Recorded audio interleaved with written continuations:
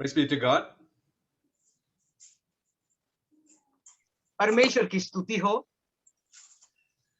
Once again, I thank the Lord for this blessed time He has given us to gather together in this manner to study the Word of God.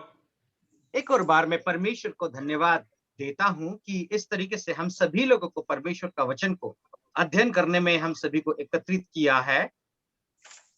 How beautiful is the Word of God. परमेश्वर का वचन कितना सुंदर और मधुर है। Even then it was written thousands of years ago, it is still fresh and very pure for all of us. भले ही परमेश्वर का वचन हजारों साल पहले लिखी गई है, फिर भी वर्तमान में भी यदि परमेश्वर का वचन को देखे, अभी भी जो है बहुत ही शुद्ध और ताजा है।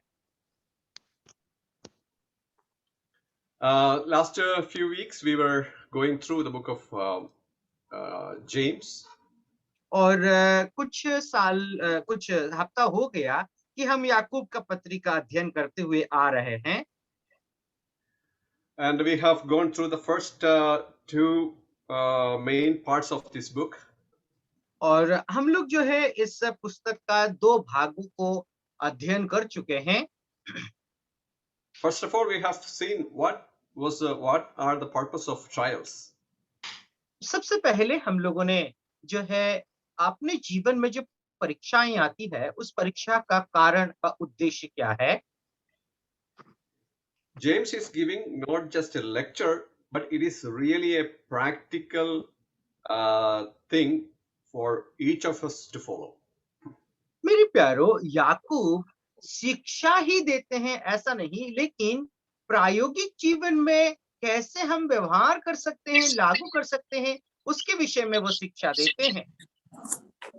He started with the topic of trials. और हम लोगों ने जो है उस परीक्षा का विषय को लेकर के हम हमारा अध्ययन को शुरू किए हैं। James was trying to say to the scattered believers that don't worry about trials. याकूब इस तरीके से कहना चाह रहे थे, जो बिखर गए जो विश्वासी लोग थे, परीक्षा के लिए कभी भी तुम चिंतित नहीं होना। Because God has a clear purpose when you're going through the trials.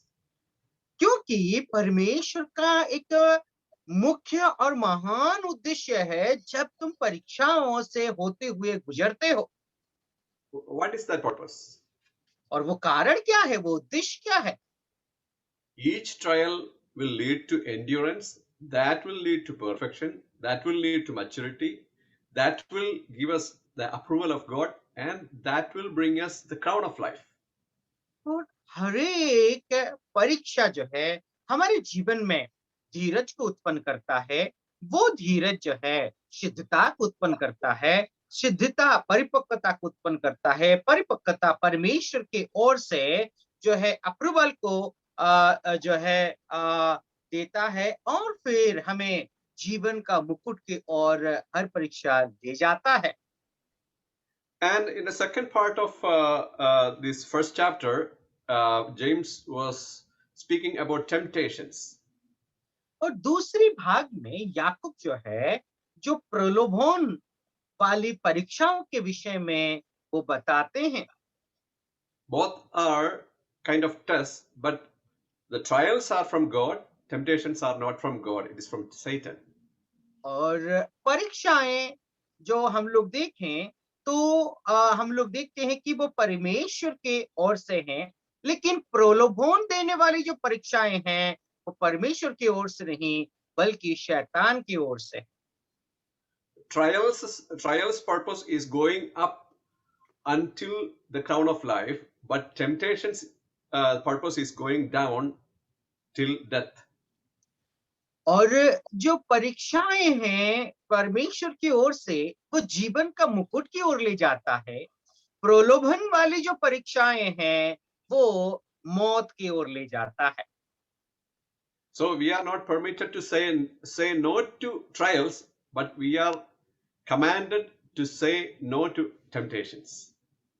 और हमें जो है परीक्षाएं हमारे जीवन में जब आता है उसके लिए कभी हमें मना नहीं करना चाहिए, लेकिन जो प्रलोभन वाली परीक्षाएं आती है उसके लिए हमें मना करना चाहिए, ना कहना चाहिए। So if we allow the chances of temptations to go inside of our heart, it can work in our heart as lust, then as sin, and finally it will lead us to death.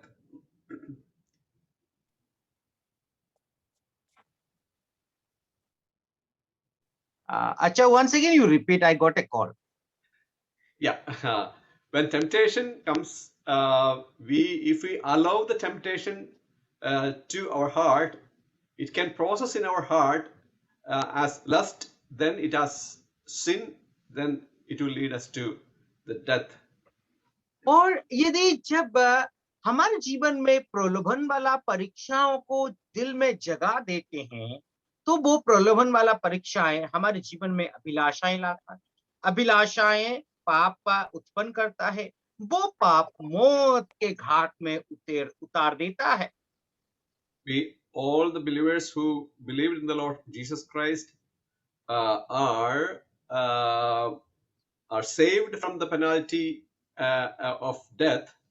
But here it says, if a believer does sin, it will lead a temporary separation from God. और जितने लोग प्रभु यीशु मसीह को विश्वास किए हैं, वो लोग जो है, जो पाप का जो मृत्यु है उससे वे लोग छुटकारा पाए हैं। लेकिन एक विश्वासी प्रलोभन वाला परीक्षाएं में पड़ता है और वो पाप करता है, वो आंशिक रूप से परमेश्वर से वो रहित हो जाता है, व दूर हो जाता है। We will not lose our salvation, but we will lose the joy of our salvation. हमारा जीवन में जो अनंत जीवन का जो उद्धार है उसको हम खो नहीं बैठेंगे, बल्कि हमारे जीवन में जो उद्धार पाया हुआ जो खुशी है, वो आनंद है। जब हम पाप करते हैं तो वो खो बैठते हैं। Though we are the children of God, having all the joy is given from God, but when we allow temptations in our lives, we are losing that joy from us.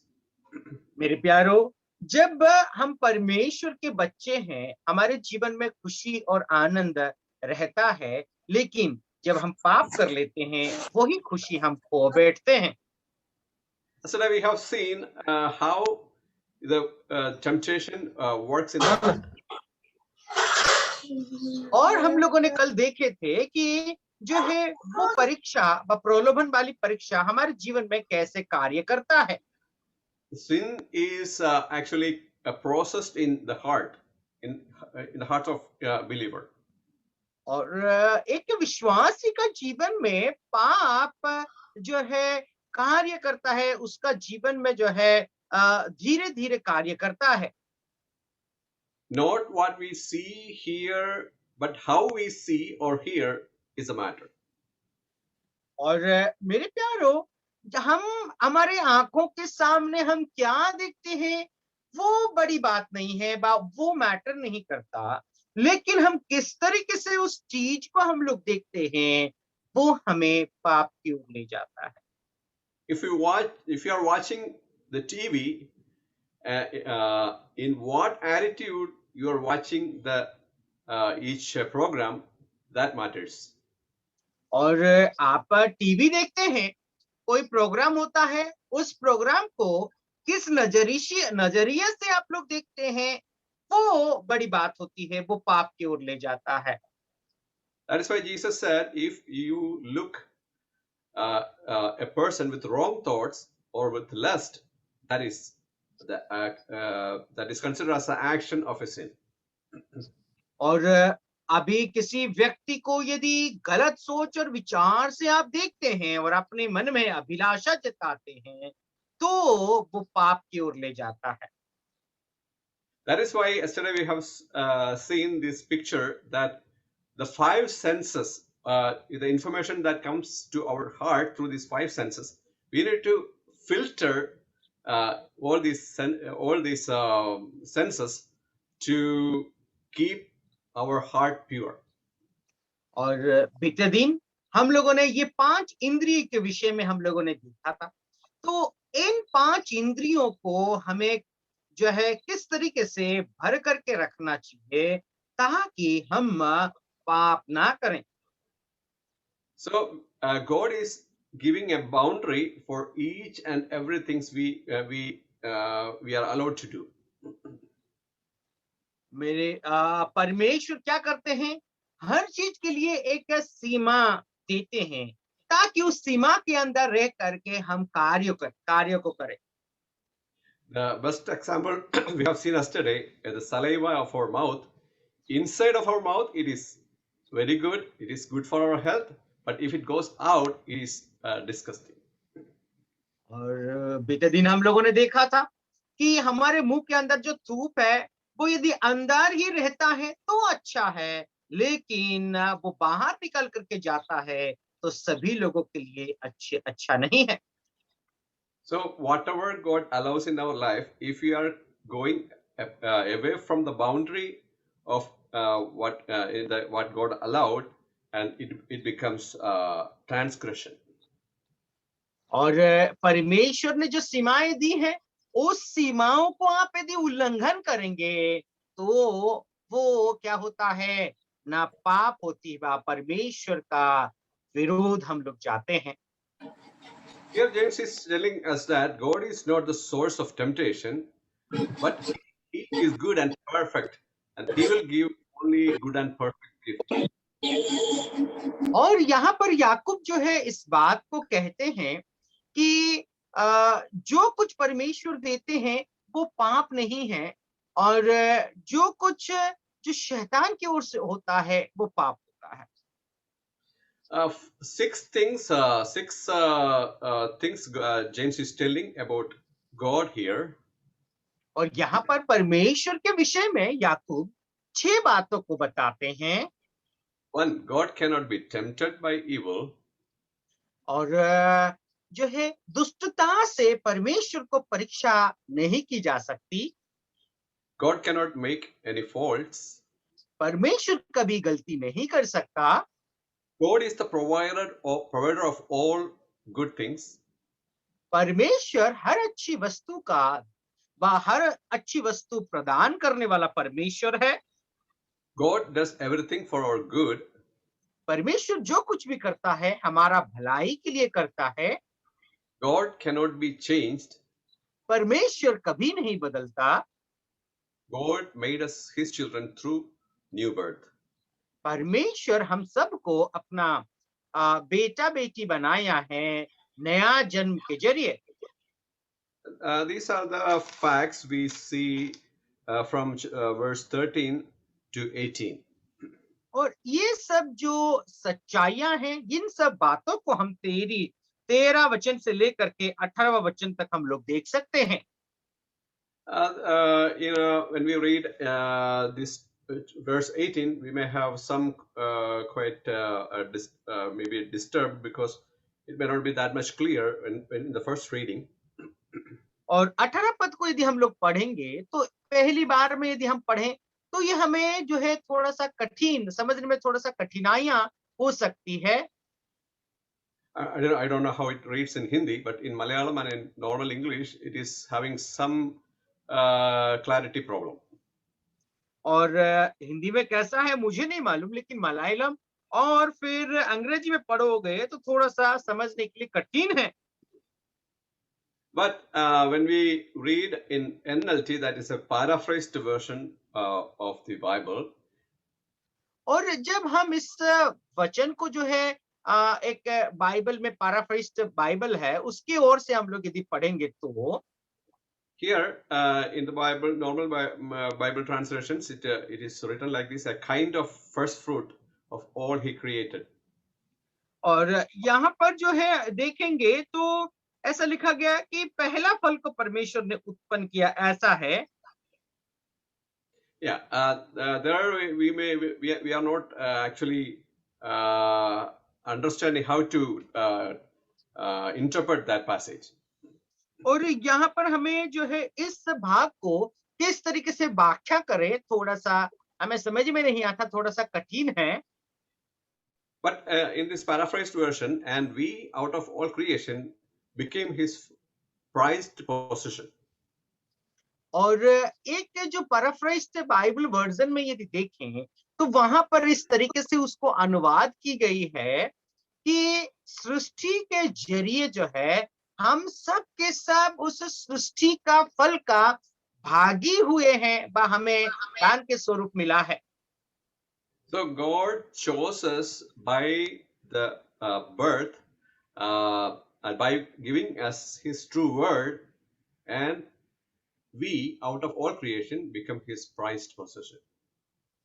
और परमेश्वर अपनी इच्छा के अनुसार हमें सभी लोगों को चुनता है और परमेश्वर क्या करता है उस सृष्टि में से हमें क्या करता है ना उसकी जो है अनुग्रह से और उसकी दान से हम उसकी भागी बनते हैं बा हकदार बनते हैं।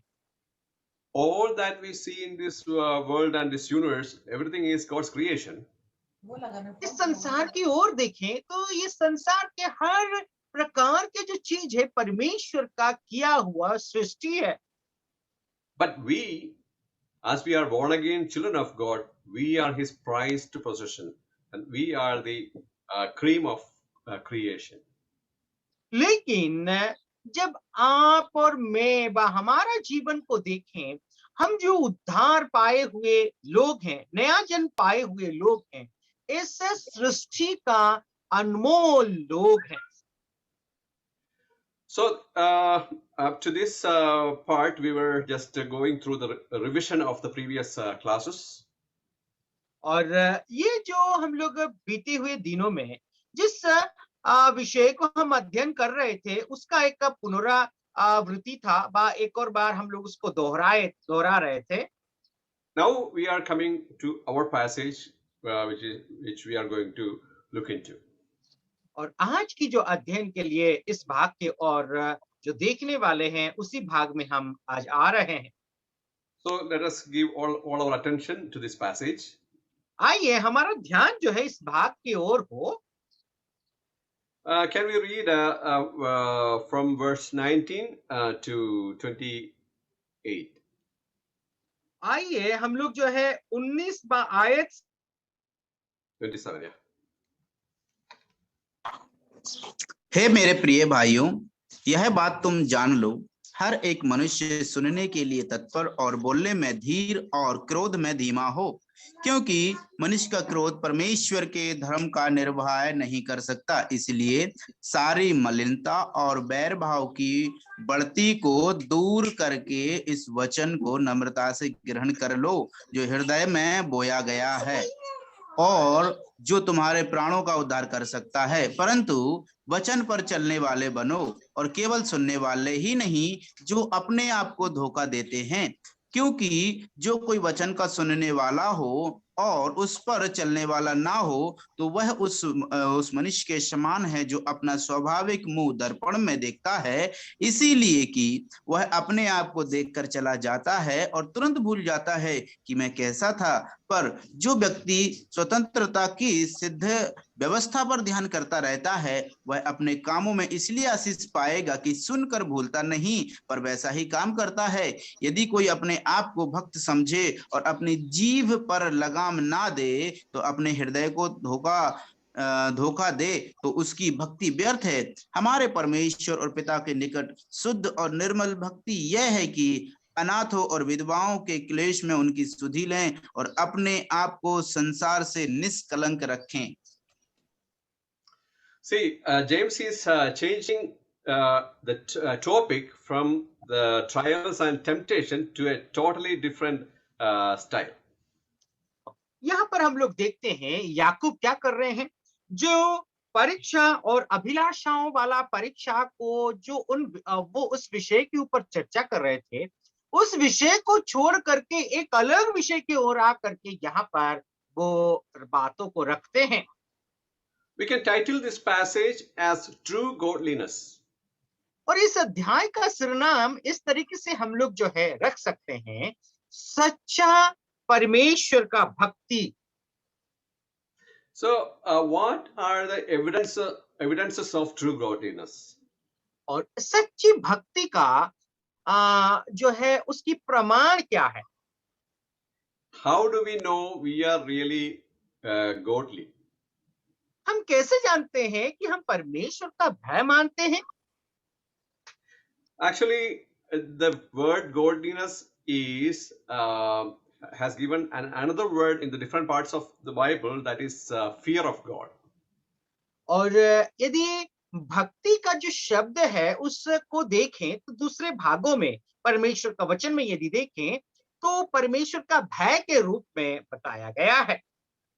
So it is parallel, the fear of God and and godliness. और परमेश्वर का भय मानना और परमेश्वर का भक्ति करना ये दोनों सामंजस्य है, बराबर है। So from 19 to 27, when we read the whole summary of this passage, we see in verse 26 and 27. और 19वां आयत से लेकर के 27वां आयत तक हम लोग देखें तो इस जो भाग है, इस भाग का जो है सारांश हम लोग 26 और 27वां आयत में देख सकते हैं। There we see a godly person will control his tongue, and a godly person has a compassionate heart. A godly person will keep a clean life. और एक परमेश्वर का भक्ति करने वाला एक व्यक्ति व परमेश्वर का भय मानने वाला व्यक्ति अपना जीव को लगाम देगा, उसका दिल जो है दूसरों के प्रति दयालु होगा और अपना जीवन को जो है साफ और पवित्र रखेगा। We all like to be called godly children of God. हम सब के सब ऐसे जो है पुकार से हमको अच्छा लगता है कि हम परमेश्वर का भय मानने वाले बच्चे हैं। But now here James is bringing the point that are you able to control your tongue? लेकिन यहाँ पर जो है याकूब इस सवाल को लाते हैं, क्या आपका जीव को आप लगाम लगा सकते हैं क्या? And secondly, he is asking, do you have a compassionate heart? तो दूसरी सवाल को पूछते हैं, क्या दूसरों के प्रति दया दिखाने वाली हृदय आपके जीवन में है क्या? Do you keep your life clean? क्या आपका जीवन को आप निष्कलंक रखते हैं, शुद्ध रखते हैं?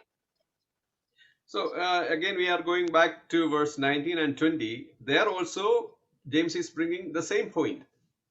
और 19वां और 20वां आयत को हम लोग जब जाते हैं वहां पर भी ऐसे ही जो बिंदुओं को याकूब रखते हैं। Verse 19 says, you should have a quickness in hearing, and you need to be slow to speak, and you need to be slow to anger also. और हम वहां पर इस बात को देखते हैं, आप सुनने में तत्पर हो जाओ, बोलने में जो है धीरे बोलो और गुस्से में क्रोध को धीमा करो। Normally we are so fast to speak. लेकिन हम यदि देखें इन सब विषय में हम तेज रहते हैं। Even before we hear something, we respond. और सुनने से पहले ही हम बोल लेते हैं।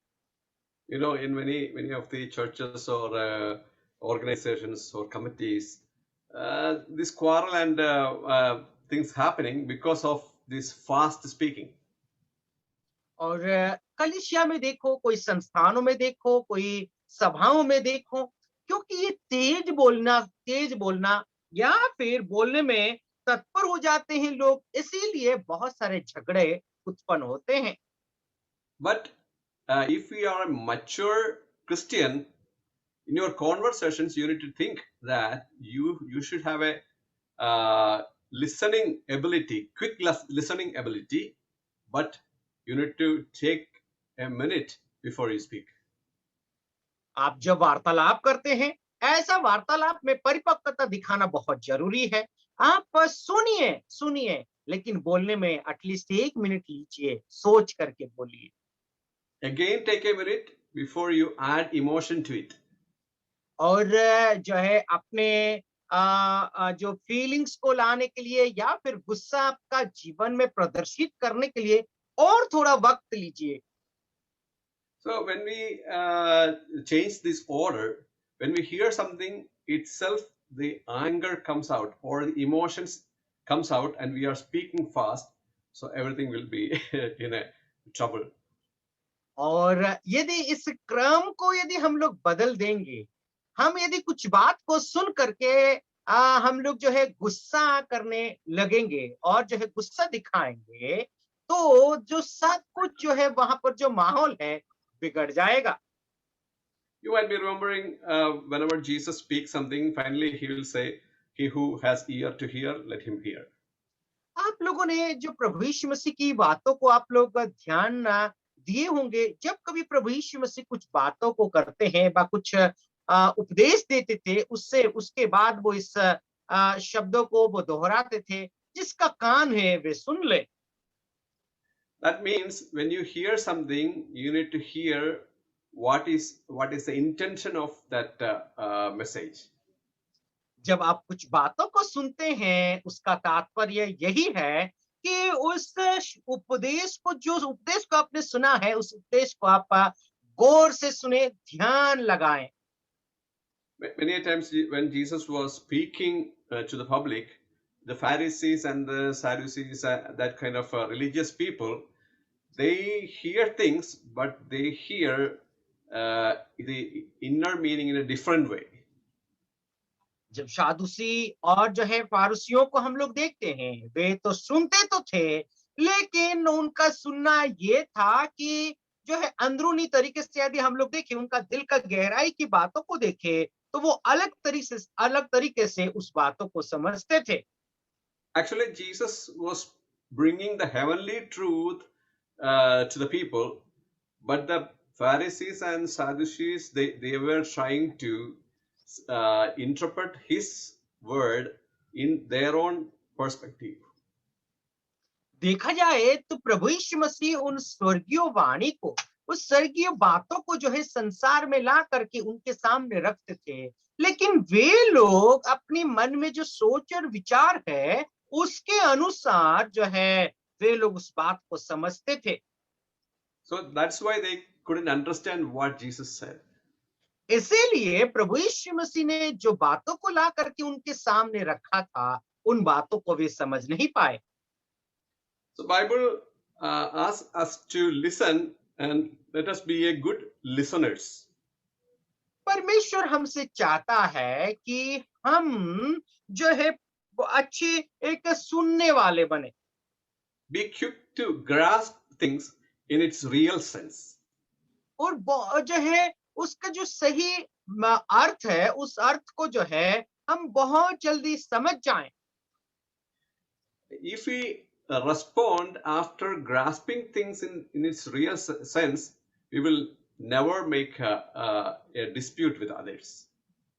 यदि उस वचन को, उन बातों को यदि सही मायने में बस सही तरीके से, जो उसका अर्थ है उसी तरीके से यदि हम लोग समझेंगे, तो जो है हम कभी भी झगड़ा व लड़ाई हमारे सभाओं में हम नहीं करेंगे। That doesn't mean we don't have any disagreement with anybody, but we may have disagreement with others, but that will not make us into a quarrelsome situation. और उसका अर्थ यह नहीं है कि मतभेद हम लोगों के बीच में नहीं होता, लेकिन मतभेद होने के बावजूद भी यदि उसको सही मायने में सुनेंगे, तो कभी भी हम दूसरों के साथ नहीं झगड़े। Again, as a mature Christian, we need to keep this thing in our conversations, that we need to be slow to speak. और हमारी जो वार्तालाप होती है, दूसरों के साथ हम बातचीत करते हैं, ऐसे वक्त में एक बात को हमें ध्यान रखने की जरूरत है, हमें धीरे व धीमी तरीके से बोलना जरूरी है। That means think twice before you speak. उसका अर्थ यह है कि बोलने से पहले आप 2 बार सोचिए। Proverbs 15:28, Solomon also is bringing the same thought. और नीति वचन उसका 15वां अध्याय 28वां आयत को यदि आप लोग देखेंगे, तो सुलेमान भी यही विचार को रखते हैं। Can someone read this passage? आइए हम लोग जो है इस अध्याय को पढ़ लेते हैं। नीति धर्मी वचन उसका 15वां अध्याय 28 पद। धर्मी मन में सोचता है कि क्या उत्तर दूं, परंतु दुष्टों के मुंह से बुरी बातें उबल कर आती हैं। See, a just man will speak after meditating or thinking and processing that in his heart. जब हम धर्मी व्यक्ति को देखें तो बोलने से पहले वो विचार कर लेता है, वो सोच लेता है मैं क्या बोलूं। That is how we need to train ourselves before we speak. और उसी तरीके से हम अपने आप को प्रशिक्षण करें, बोलने से पहले हमें कौन सी बातों को बोलना है और किस तरीके से सोचना है। In Proverbs 17 verse 27, we read like this. और हम नीति वचन उसका 17वां अध्याय और 27वां पद में हम लोग इस तरीके से पढ़ते हैं। You can read it in Hindi first.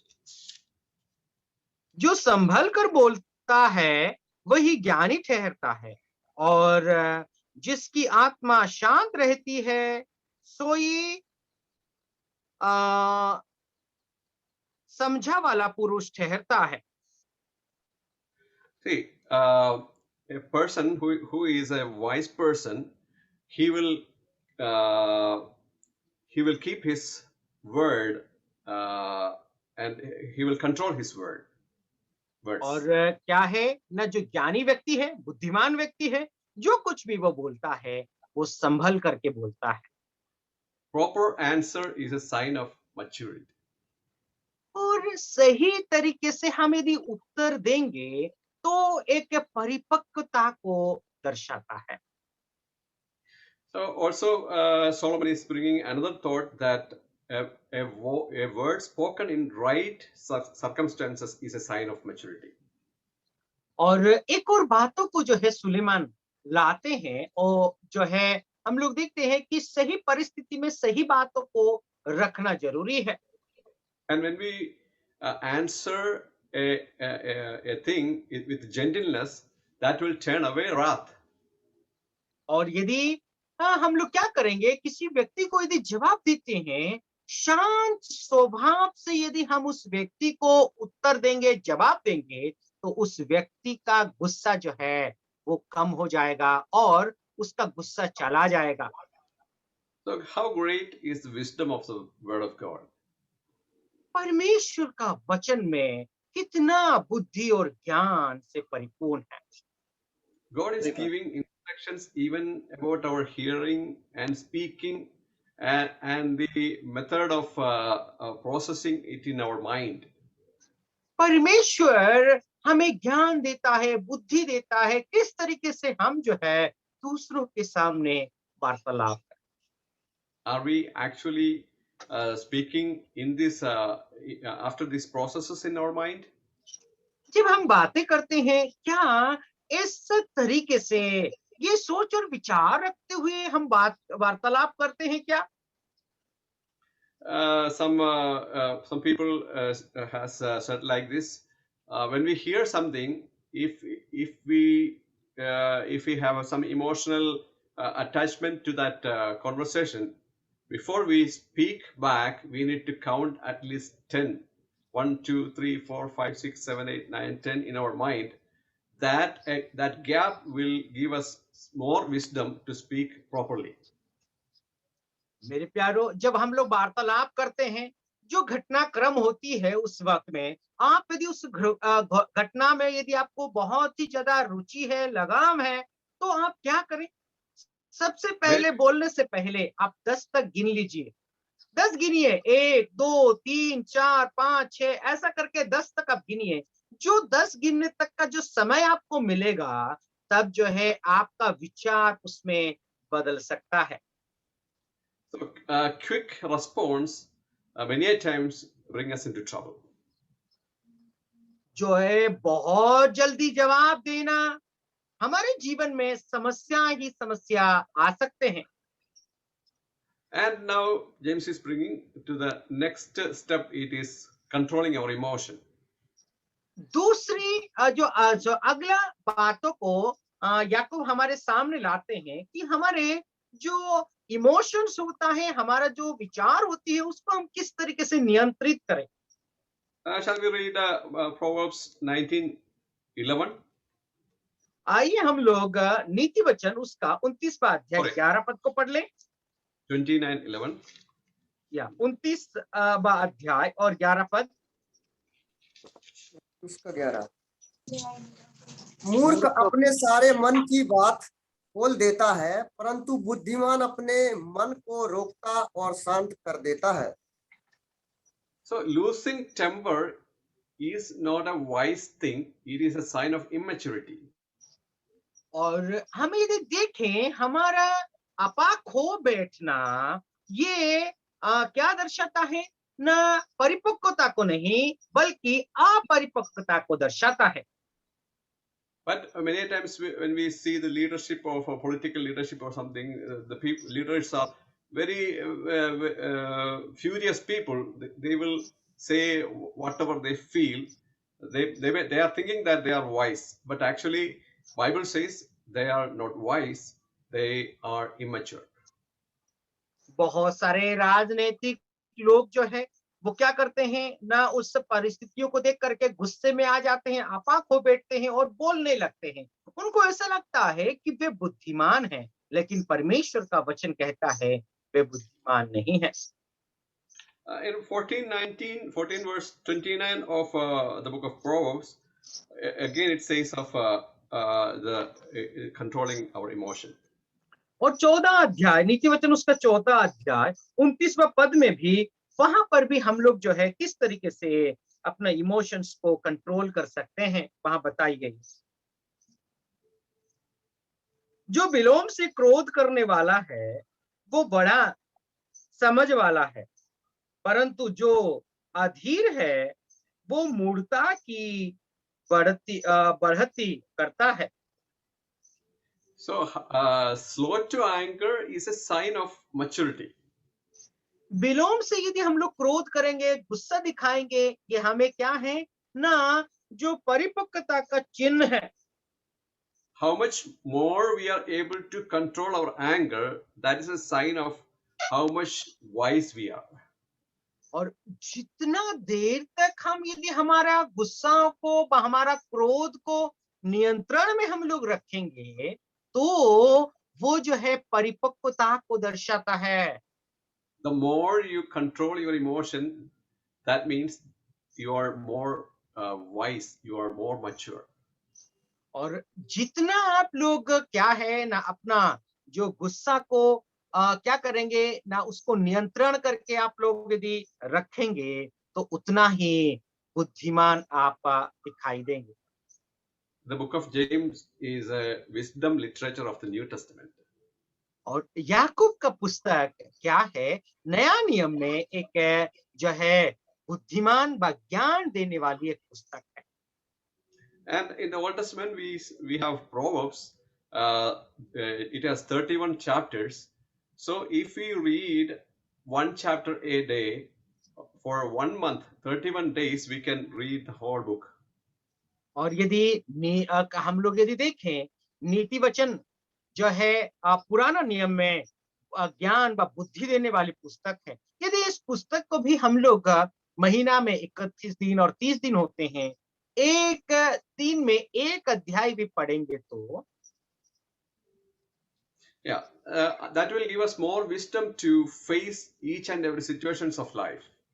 और वो हमें क्या करती है ना, हमारे रोजभरी जीवन में जो समस्याएं हैं उसको सामना करने के लिए हमें बुद्धि और ज्ञान देती है। At least we need to train our children to read this book each day, that they will become wise. और हम लोगों को क्या करना है, अपने बच्चों को इस पुस्तक को पढ़ने के लिए प्रोत्साहित करना जरूरी है। इस पुस्तक को वे पढ़ेंगे तो वे बुद्धिमान बनेंगे। Let's come back to the book of James. आइए हम लोग जो याकूब का पत्र की ओर चलते हैं। When James is bringing that point of keeping our anger, that means we are keeping ourselves from the root of murder, root cause of murder. और यदि हम क्रोध करने में यदि विलोम करेंगे व जो है देर लगाएंगे, धीमा हो जाएंगे, तो वो क्या है ना, याकूब हमें बताता है कि किसी को हत्या करने से भी हम अपने आप को रोक सकते हैं।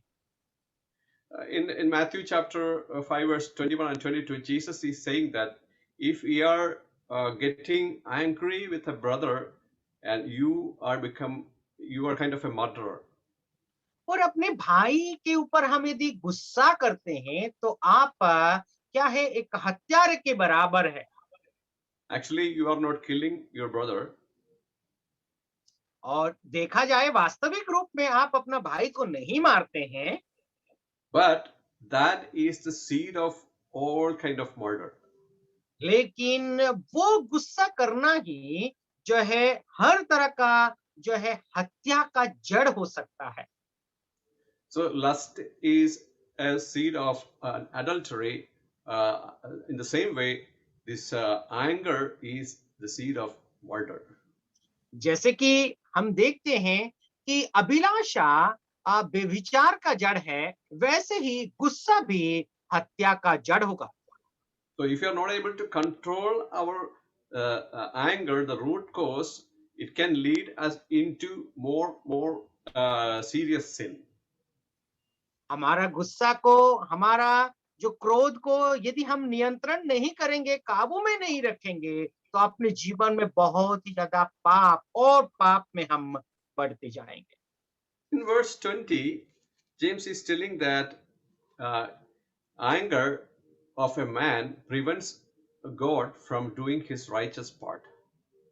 और 20वां आयत में इस तरीके से याकूब बताते हैं, क्योंकि मनुष्य का क्रोध परमेश्वर के धर्म का निर्वाह नहीं कर सकता है।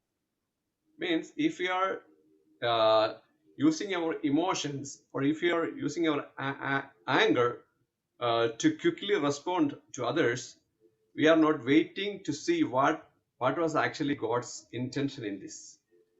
यदि अपना गुस्सा को हमारा क्रोध को यदि हम नियंत्रण नहीं करेंगे, उसको जो है काबू में नहीं लाएंगे, तो उस घटनाक्रम में परमेश्वर का इच्छा क्या है, परमेश्वर क्या चाहता था, उस रहस्य को हम नहीं समझ पाएंगे। When Jesus was there in front of the um, uh,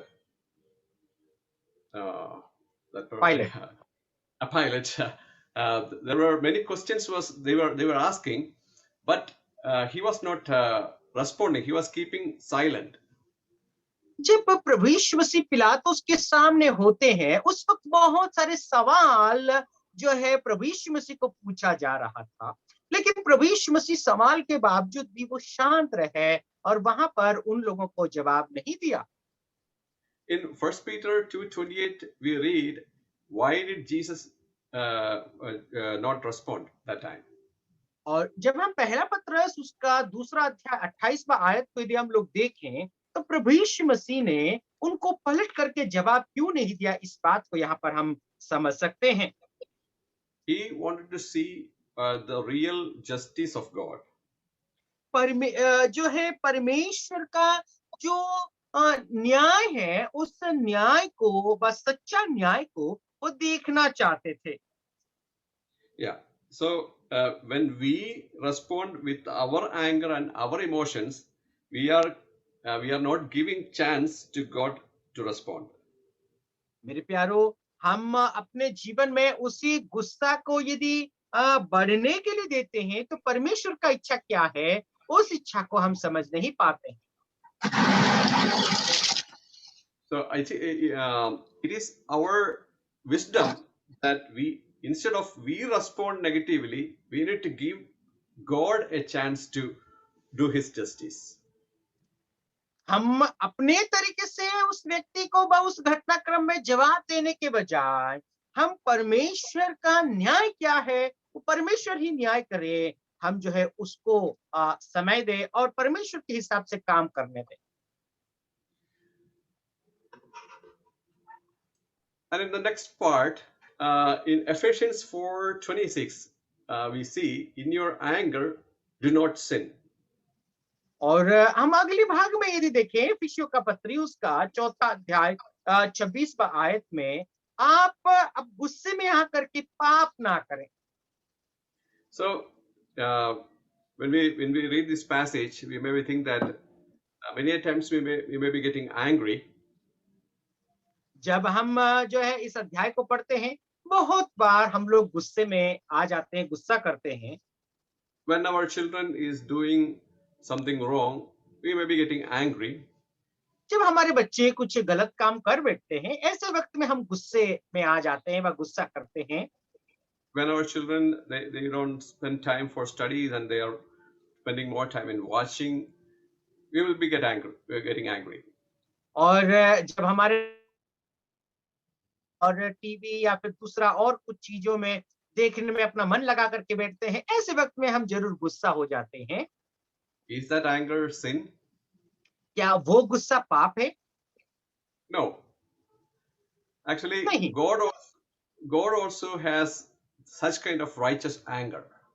और ये जो ऐसे गुस्सा करना पाप नहीं है, क्योंकि प्रभु जो है परमेश्वर भी ऐसे ही सत्य व धार्मिकता का गुस्सा उनके उनमें भी है।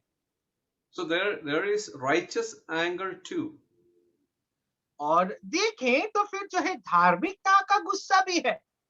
That is why in Ephesians, Paul is telling that be angry, but not sin. इसीलिए वहां पर एफिसियों में प्रेरित पौलुस कहते हैं, हम गुस्सा तो करते हैं लेकिन पाप नहीं करना चाहिए। So sinful anger is a kind of immaturity, or it is a sin. But if you're getting angry, we need to think that is it a righteous one or a wrong one. और जो हम गुस्सा करते हैं, पाप भरी गुस्सा जो है वो गलत है। लेकिन आप जब गुस्सा करते हैं, आप इस बात को सोच सकते हैं, क्या मैं जो गुस्सा कर रहा हूं ये पाप भरी गुस्सा है या फिर धार्मिकता का गुस्सा? When emotion overtakes, our wisdom won't work well. और जब हमारा जो भावुकता, हमारा जो है हम आपा खो बैठते हैं ऐसे वक्त में, तो हमारा बुद्धि वहां पर काम नहीं करता। So whenever we speak something, we need to speak from our wisdom or from our real thoughtfulness, not from our emotions.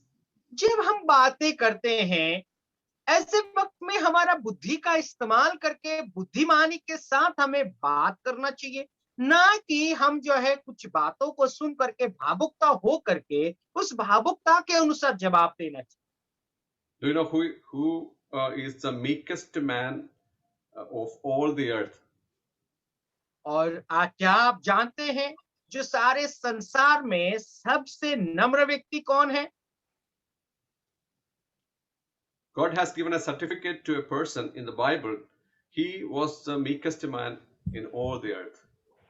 और परमेश्वर जो है एक व्यक्ति को प्रमाण पत्र दिया है, ताकि जो है उसको नम्रता का प्रमाण पत्र दिया है, और संसार में सभी लोगों से भी वो नम्र था। Yeah, the answer was right. It was Moses.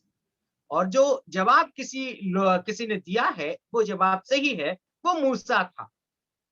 Do you know why he was not permitted to go to the land of Canaan? What was the main reason behind that? क्यों मूसा को जो है कानान देश में प्रवेश नहीं करने दिया गया था? क्या आप जानते हैं उसका कारण क्या है? Angry. Yeah, it was his anger. It was his lack of meekness. और हाँ, उसका गुस्सा ही उसको जो है उस कानान देश में प्रवेश करने नहीं दिया गया। So the meekest man of the world, the whole earth, was failed in the same area of meekness. मेरे प्यारो, यदि हम मूसा का जीवन को देखें, तो संसार का सबसे नम्र व्यक्ति अपने गुस्सा के कारण वो हार गया था, कनान देश में प्रवेश नहीं किया। So if the meekest man failed in that area, how much more we need to be careful about this thing. और सबसे नम्र व्यक्ति यदि जो है इस काम को करने में नाकाम रहा, तो आपको और मुझे कितना ध्यान देने की जरूरत है। So there is every chance for us to lose our temper. Pardon me, अच्छा, once again. So there is every chance for us to lose our temper when we hear something. जब हम कुछ बातों को सुनते हैं तो हमारा जो आपा को बैठने के लिए बहुत कुछ ऐसे कारण हैं। So we need to have a power from above to overcome this situation. जो है परमेश्वर के ओर से व ऊपर की ओर से हमें सामर्थ की जरूरत है, ताकि ऐसे परिस्थितियों का जो है हम जो है उभर करके, ऐसे परिस्थितियों से उभर करके आ सकते हैं। In Colossians, Paul is praying for the Colossian believers that they need to have power from above to do something. और कोलोसियों का पत्र में यदि देखें तो पौलुस जो है इस तरीके से प्रार्थना करते हैं कि ऐसे परिस्थितियों का सामना करना है तो उनको ऐसे सामर्थ्य की आवश्यकता है। You know what was that? What was Paul was intending for them to get that power for? और परमेश्वर जो है क्यों उनके जीवन में जो है सामर्थ्य की आवश्यकता है, और परमेश्वर क्यों चाहता था कि उनके जीवन में सामर्थ्य हो। Can you just read that passage 1:11 of Colossians chapter 1? आइए हम लोग कोलोसियों का पत्री उसका पहला अध्याय और 11 पद को पढ़ लेते हैं।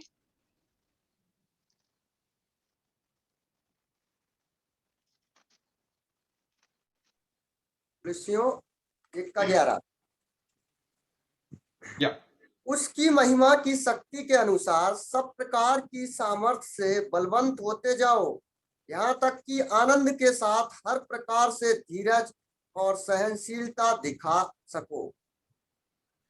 Here, Paul is telling that I pray that you will be strengthened with all his glorious power, so you will have all endurance and patience you need.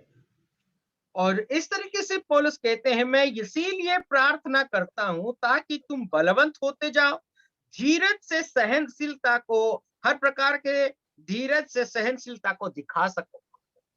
So Paul is not praying for the power to respond powerfully or not to get angry powerfully, but he's praying that you need to get glorious power from above to have the endurance and patience.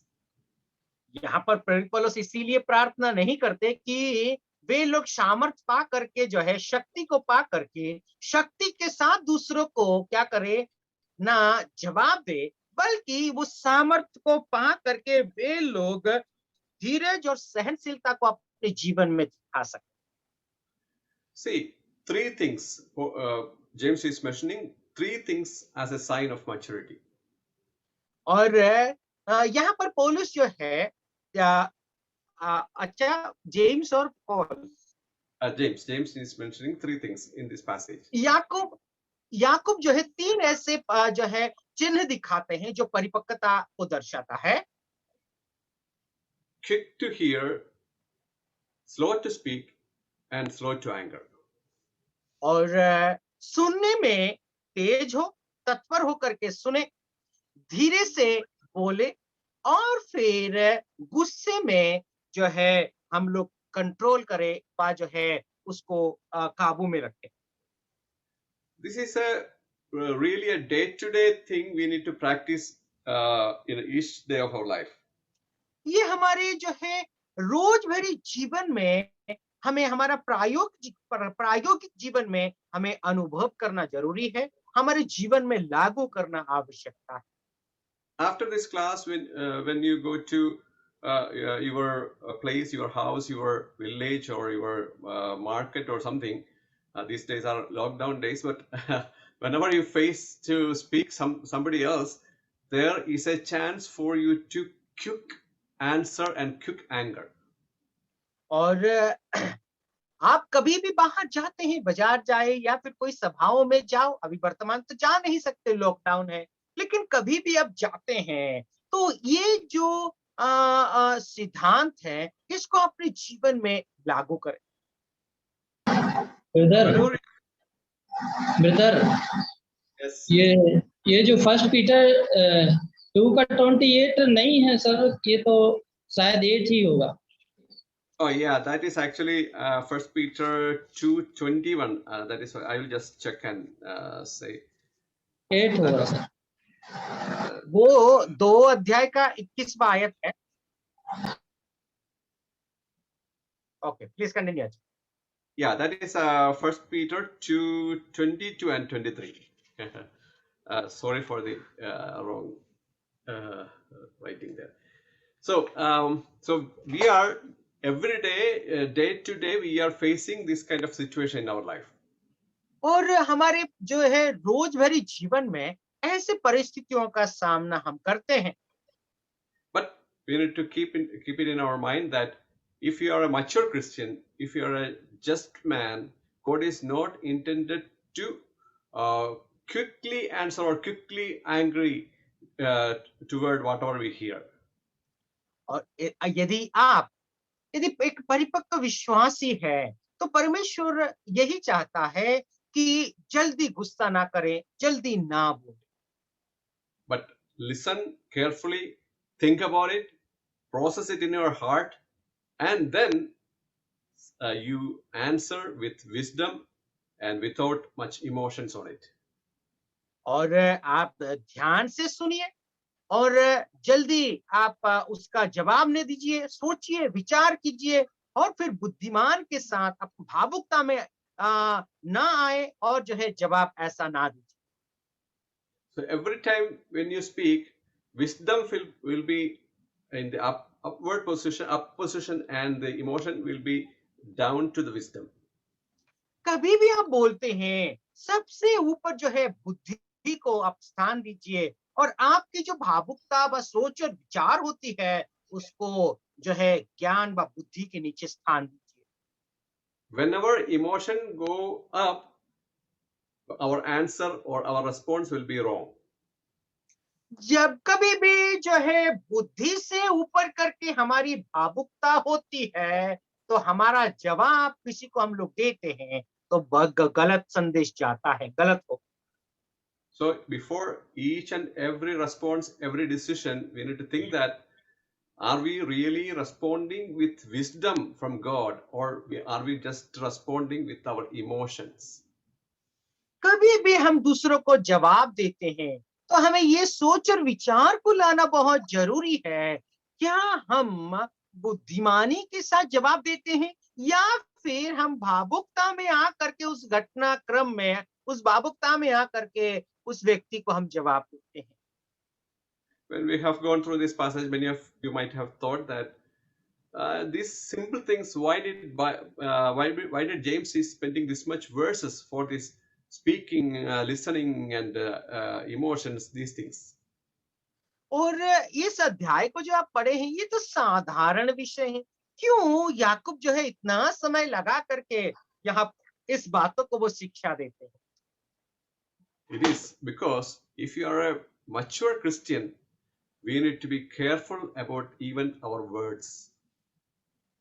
और इसीलिए याकूब यहाँ पर इस बात को बताते हैं, जब हम परिपक्व विश्वासी हैं तो जब हम बातें करते हैं हमारे वचन, हमारे मुंह में जो बोली आता है उस बोली में भी हमें ध्यान देने की जरूरत है। When we go forward with this study, when we come to chapter 3 of the book of James, we will see more about tongue. और जब हम और ज्यादा इस पुस्तक को हम अध्ययन करेंगे, तीसरे अध्याय की ओर आएंगे तो वहां पर जो है हमारे जीव को किस तरीके से नियंत्रण करें, उसको जो है काबू में रखें, उसके विषय में हम और ज्यादा पढ़ेंगे। So let me stop here. और यहाँ पर हम लोग हमारे अध्ययन को विराम दे रहे हैं। We have seen only 3 things today: और आज हम लोगों ने 3 ऐसी बातों को देखा है, hearing, talking, and emotion. और सबसे पहले तो सुनना, बोलना और जो है हम भावुकता में आ करके गुस्सा करने के विषय में।